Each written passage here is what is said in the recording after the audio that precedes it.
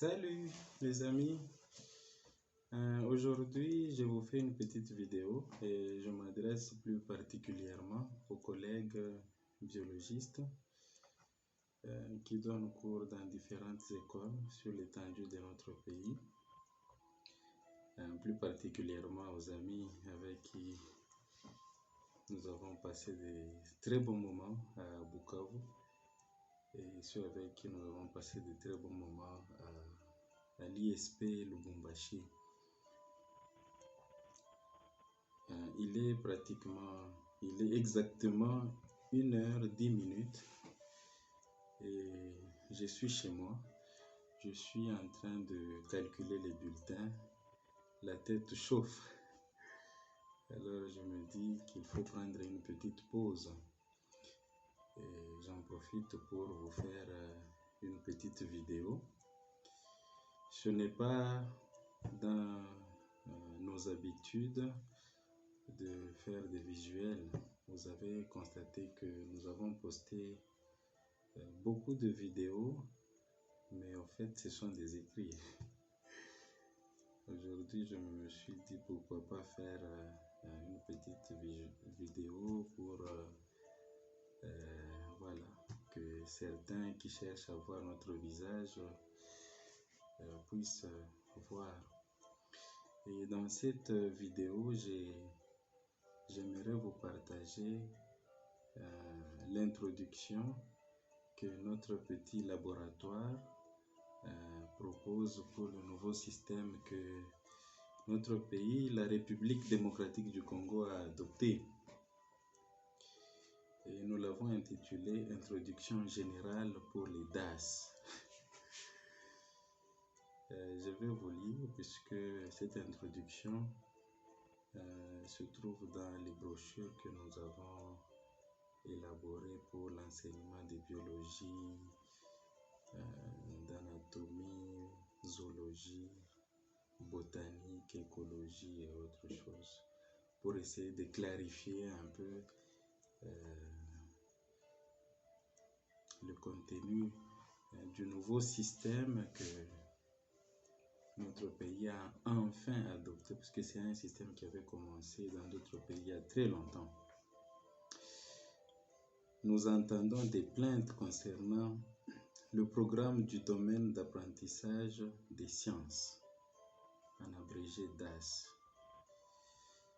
Et ces plaintes se justifient par des termes tels que nous ne trouvons pas des livres pour le programme DAS, le système APS est très difficile pour notre pays, le programme DAS n'est pas fait pour notre milieu. Effectivement, nous quittons donc l'approche d'apprentissage par compétences, APC, pour basculer dans un nouveau programme. Et ce changement n'arrange pas tout le monde. Ce changement n'arrange pas tous les enseignants, surtout ceux qui ont déjà fait une grande carrière, les plus vieux. Cependant, les livres des SVT existent, mais ils ne sont pas à la portée de tout le monde chez nous. Il n'est pas facile de les trouver dans nos librairies. Ces livres viennent d'ailleurs. En tout cas, notre laboratoire a ces livres, mais ces livres viennent de la Belgique. Du coup, l'APS nous exige une connexion permanente sur Internet, car presque toute la documentation se trouve en ligne. Et quand je parle de la documentation, je vois les articles, les livres, les encyclopédies, les dictionnaires, les revues, les images, les vidéos. Ça se trouve en ligne. Même dans nos grandes librairies ici sur place, ce n'est pas facile de trouver ces livres. À Lubumbashi, par exemple, nous avons la librairie Saint-Paul. Bon, pour le nouveau programme, vous pouvez trouver des livres de mathématiques, tout ça, mais les livres de SVT ne sont pas encore disponibles.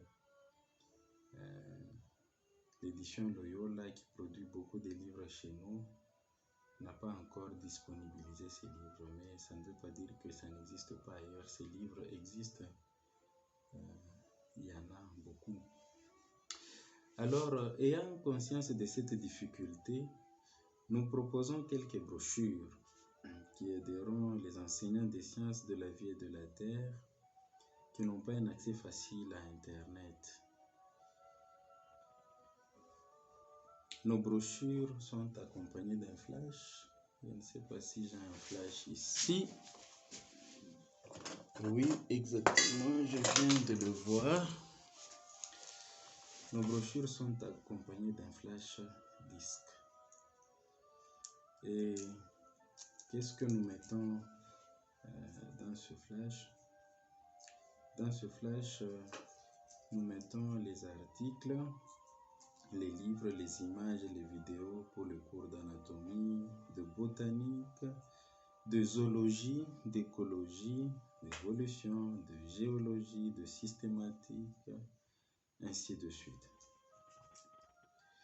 Et ces brochures seront mises à jour régulièrement au fur et à mesure que nous continuerons à trouver d'autres éléments qui pourraient enrichir nos apprenants de 7e jusqu'en 4e année.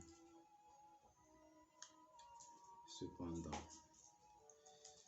si les enseignants comprennent mieux, le système APS prépare les apprenants au système LMD, adopté par de nombreuses universités et institutions aujourd'hui dans le monde et dans notre pays en particulier.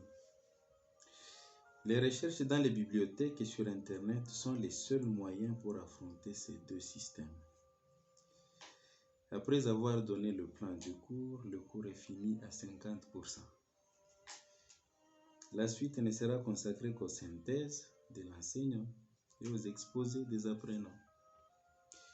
Si dans le système LMD, l'étudiant n'est pas contraint à passer toute la journée à l'université, dans le système APS, un apprenant malade, un apprenant qu'on a renvoyé à cause des frais scolaires, mais si cet apprenant est connecté, il ne devrait pas manquer son cours. Et aussi, le confinement ne sera donc pas un congé pour lui, ou bien pour nous. Voilà, nous avons vécu ça pendant qu'il y avait la COVID-19. Il y avait des difficultés pour accéder dans les établissements, mais le cours ne devrait pas s'arrêter parce que les cours continuent en ligne. Il y a moyen de donner cours en ligne, de donner des travaux et d'évaluer les apprenants en restant chez soi. Toutefois, il n'est pas évident que tous les enseignants ayant accès à l'Internet soient à l'aise avec le système APS. Voici quelques consignes qui pourraient les aider à rendre l'enseignement aussi facile. Internet vous offre toutes les possibilités pour mieux vous armer afin d'aider et de guider vos apprenants sans trop de peine. En principe, ce système exige aux écoles d'avoir des classes avec rétroprojecteurs, mais dans notre pays, un pays en voie de développement, mais ça c'est de l'euphémisme que je n'aime pas. Un pays en voie de développement pour dire tout simplement que c'est un pays sous-développé. Nous ne devons pas cacher la vérité.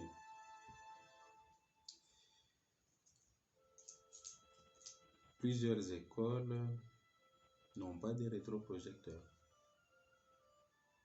Mais si l'école ne vous offre pas de rétroprojecteurs, vous enseignants, parce que l'enseignement c'est une vocation, c'est pas seulement une passion, mais c'est une vocation, vous devez acheter un rétroprojecteur pour rendre vos enseignements intéressants. Vous avez les